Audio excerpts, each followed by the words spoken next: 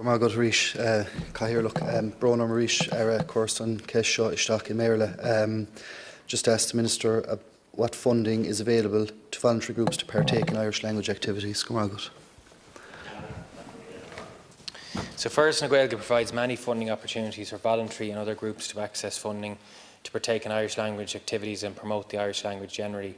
These include opportunities in the areas of youth activities, summer camps, the arts, festivals and literature, Irish language networks and community development. Supports are also available for local businesses who might wish to create Irish language friendly environment in their workplace by using bilingual signage, for example.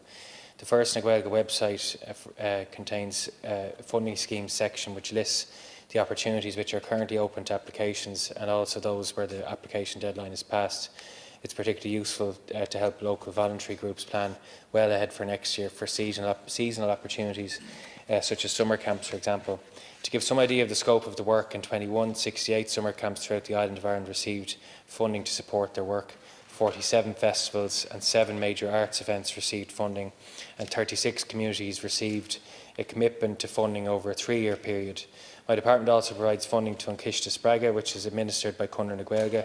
€150,000 was made available for this initiative during 22, and after the few difficult years that community groups experienced during the pandemic, this funding was made available to organise community events through Irish, helping to re-energise the use of Irish at face-to-face events.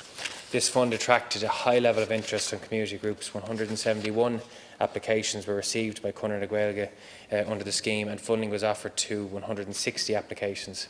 A wide range of events were organised with something available for all ages and all levels of Irish. The Irish Language Support Scheme section of my department directly funds a number of initiatives and projects with a voluntary element. Many of the initiatives funded under the scheme are managed by organisations with voluntary committees, in which voluntary work is a major component of the overall effort. This includes Radio Rira, Taivark na Gaillimhe, Gaillimhe na Gaeilge, Gnoio, Kildare na Gaeilge, Agus, and the na Gaeilge GA Club. The Irish Language Support Scheme's funding provision in 22 is €6.45 million for current spending and €3.5 million for capital spending. And I'm pleased to confirm that this week's budget announcement has brought the current allocation under the Irish Language Support Scheme to €8.2 million for 23. Agus fáiltíam leis an 8 milliún sin arís ara. But just to follow up in relation to some of the items that you listed, I'm aware that organisations in Cork such as Gaeltacht, Kirky do receive funding through the Irish Language Support Scheme, and it's great to see that that will continue into the future, I hope. And all the other items that you listed, from summer camps right down to funding local businesses who conduct their business through the medium of Irish, or at least offer that facility, it's very welcome. But if I could just follow up specifically in relation to capital funding, be it for cultural centres or for any other Irish language activity, is there a specific funding stream there for capital funds that groups can avail of? Margot. Well, as I referenced there is €3.5 million for capital spending, and whilst the predominant allocation is for current expenditure on festival events and activities, there obviously is a capital dimension to some of the funding around the language support scheme. So look, we'd welcome engagement from groups around a variety of initiatives from a current spending perspective, and obviously the predominant allocation on capital is within Gaeltacht area specifically, but we do fund certain projects outside of the Gaeltacht that are from a language perspective, and as I said, my officials are always there to engage on any ideas or proposals that people might have.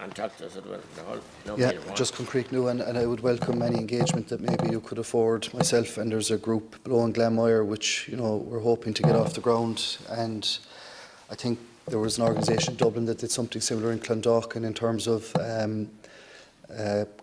applying for capital funding in a BRAC Gaeltacht or a non-Gaeltacht area, so it's good to see that fund would be available to them. So I would invite the Minister, on your next occasion when you're in Cork, maybe that you could meet with that group. At that stage we might have something more advanced, and it's something, as I said, we have from Nianra to Bunskull to Scull Vale and Closh and Fearshig. Glanmire is a vibrant Irish language community, and I think that it's worthy of investment, and I suppose I would welcome your support for that in the near future. Thanks very much, Deputy O'Sullivan, and absolutely happy to engage, and we welcome all community groups and the effort and energy they put in from a volunteer perspective on promoting the language and developing it within their local communities, and we see phenomenal effort and a huge impetus to really drive the language over the coming years. And I think what we're seeing lots more opportunities now in the language with the new Official Languages Act, which will see public services, the 20% target. But I think that will be complemented by a huge amount of community voluntary effort where we can really strengthen the language in communities. And as you've referenced, there's a strong language community in Glanmire, and happy to meet and engage with them on my next visit to Cork. So look forward to that.